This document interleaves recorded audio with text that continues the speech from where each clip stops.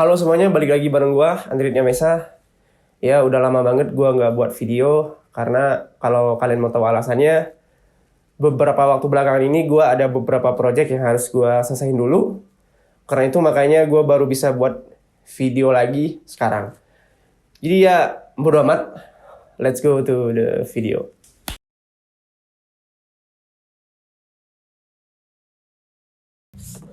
Oke, di video ini kita bakalan ngobrolin sebuah persoalan yang tidak terpecahkan selama 2000 tahun namanya. Jadi kalian pernah kebayang nggak sih sebuah persoalan yang nggak pernah terjawab atau nggak terselesaikan selama 2000 tahun lamanya? Nah, di video kali ini kita bakalan membahas seorang filsuf dengan paradoksnya yang baru bisa terpecahkan 2000 tahun setelah kematiannya. Siapa dia? Filsufnya adalah Zeno dari aliran Eleatik.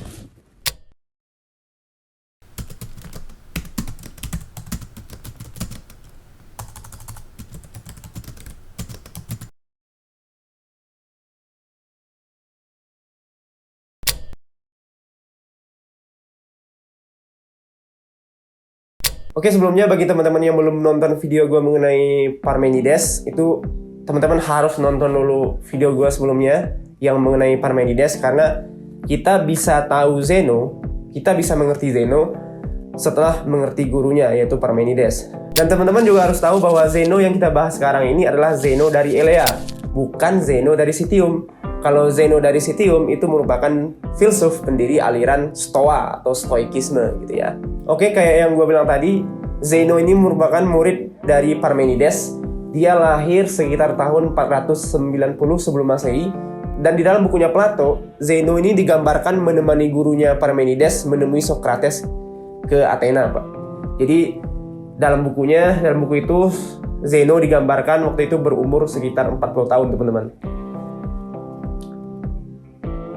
Nah, sebagai seorang warga negara istilahnya, Zeno ini merupakan warga negara yang memiliki jiwa patriotik yang tinggi, teman-teman. Jadi bahkan dia dikatakan korban dari patriotismenya sendiri. Zeno ini lebih memilih berani melawan seorang tiran daripada mengkhianati tanah airnya gitu ya. Jadi saking patriotismenya si Zeno ini. Dan Aristoteles mengatakan bahwa Zeno ini merupakan penemu logika dialektika atau apa yang sekarang kita sebut sebagai sistematis.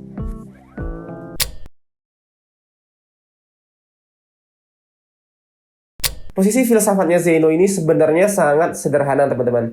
Jadi sebagai seorang muridnya Parmenides, Zeno ini merupakan pembela setia yang mati-matian membela doktrin dari gurunya yang mengatakan bahwa gerak atau perubahan itu adalah tidak nyata atau semu. Jadi satu-satunya yang nyata itu adalah tunggal, itu yang ada. Nah, di dalam bukunya Plato, Socrates digambarkan pernah ngobrol nih dengan Parmenides. Socrates ngomong gini nih ke Parmenides, gue coba sederhanain gitu ya. Jadi Socrates ngomong, gue tahu Parmenides bahwa Zeno ini merupakan dirimu yang kedua.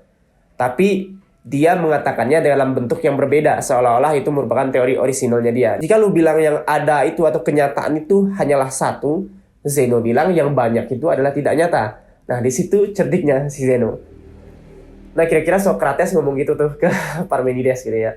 Jadi jelas bahwa posisi filosofisnya Zeno adalah untuk membela doktrin atau teori dari gurunya atau pandangannya Parmenides dan mendebat atau menyingkirkan gitu ya teori-teori tandingan atau pandangan-pandangan tandingan yang dapat meruntuhkan teori dari Parmenides, khususnya teori-teorinya Heraklitos.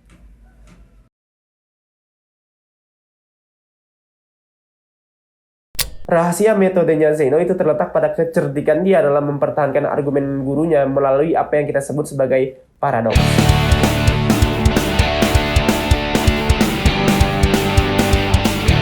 Nah, apa itu paradoks?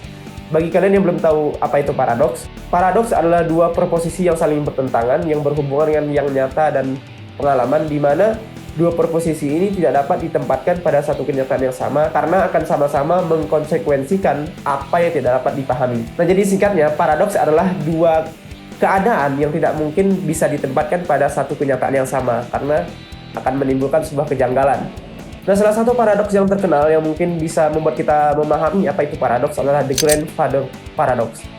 Nah, apa itu The Grandfather Paradox? Nah, sekarang bayangin lu punya sebuah teknologi yang bisa memungkinkan lu untuk time travel. Kemudian lu melakukan perjalanan waktu menuju ke masa atau ke zaman saat kakek lu masih muda. Nah, di saat itu juga lu langsung membunuh kakek lu. Nah, hal ini adalah paradoks, teman-teman. Nah, kenapa itu paradoks? Karena gini, teman-teman.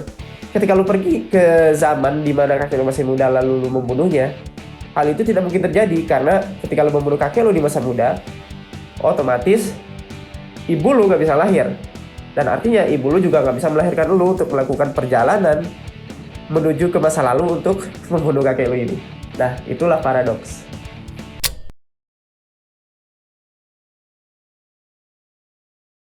Oke, sekarang kita masuk ke paradoksnya Zeno. Sebenarnya teman-teman, Zeno ini memiliki 10 macam paradoks. Di antaranya adalah paradoks dikotomi, paradoks Achilles dan kura-kura, paradoks anak panah, paradoks stadion, dan lain sebagainya. Dan di video ini gue nggak bakalan bahas semuanya. Karena teman-teman bisa cari tahu sendiri, ada banyak banget video atau artikel yang membahas ini. Jadi teman-teman bisa cari sendiri. Ya karena kalau kita bahas itu semua di sini, menurut gue bakalan kepanjangan nanti durasi videonya. Jadi gue bakalan bahas 2 macam paradoks saja. Nah, sekarang kita lihat paradoks dikotomi dulu.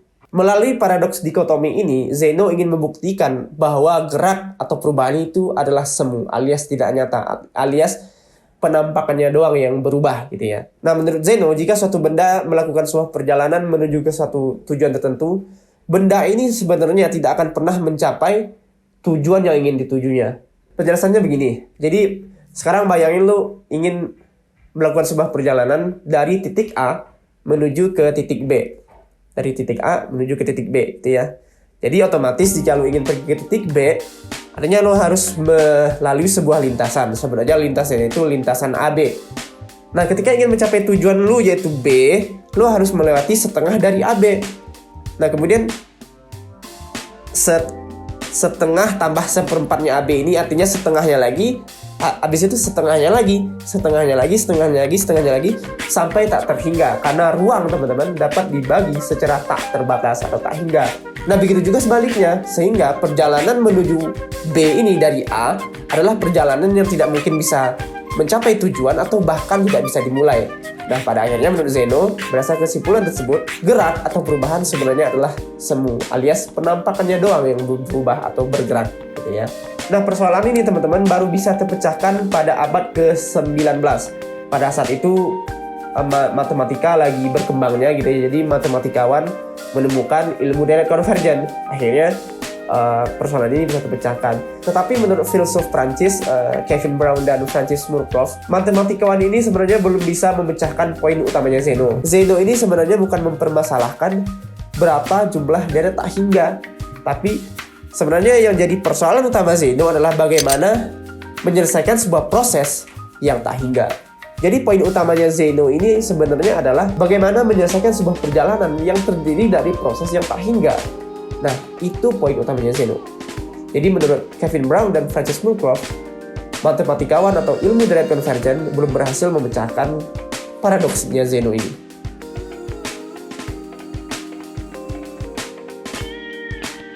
Paradoks anak panah. Nah, paradoks anak panah ini juga berhubungan dengan gerak dan perubahan, teman-teman. Yang mana Zeno juga ingin membuktikan bahwa gerak dan perubahan itu sebenarnya semu, alias tidak nyata. Nah, menurut Zeno, ketika anak panah ditembakkan, anak panah ini sebenarnya tidak pernah benar-benar bergerak, teman-teman. Anak panah ini sebenarnya diam, cuman diamnya di segmen ruang dan waktu yang berbeda-beda. Persoalannya ya tadi, karena menurut Zeno, ruang dan waktu itu dapat dibagi secara tak terbatas. Dan jika lu bingung, gue bakal coba jelasin. Nah, sekarang anggap lu punya sebuah busur dan anak panah dan ada target di depan lu buat lu panah gitu ya. Nah, anggap tangan gue ini lintasan waktu. Jadi lu berdiri di sini sebagai pemanah dan target lu ada di sini. Dan ini adalah waktu yang dibutuhkan si anak panah untuk sampai ke titik ini atau ke target lu yang di sini. Nah, lintasan waktu ini teman-teman itu kan bisa kita bagi menjadi masa sekarang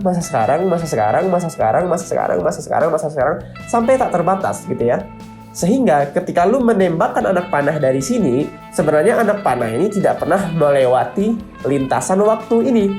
Cuman hanya diam di segmen waktu yang sudah kita bagi tadi. Jadi diam di masa sekarang yang ini, kemudian diam lagi di masa sekarang yang ini, kemudian diam lagi ke masa sekarang yang ini. Sehingga anak panah ini sebenarnya tidak pernah benar-benar bergerak, tapi diam di segmen ruang dan waktu yang berbeda-beda. Nah, pada akhirnya menurut Zeno, gerak dan perubahan itu adalah semu alias tidak nyata.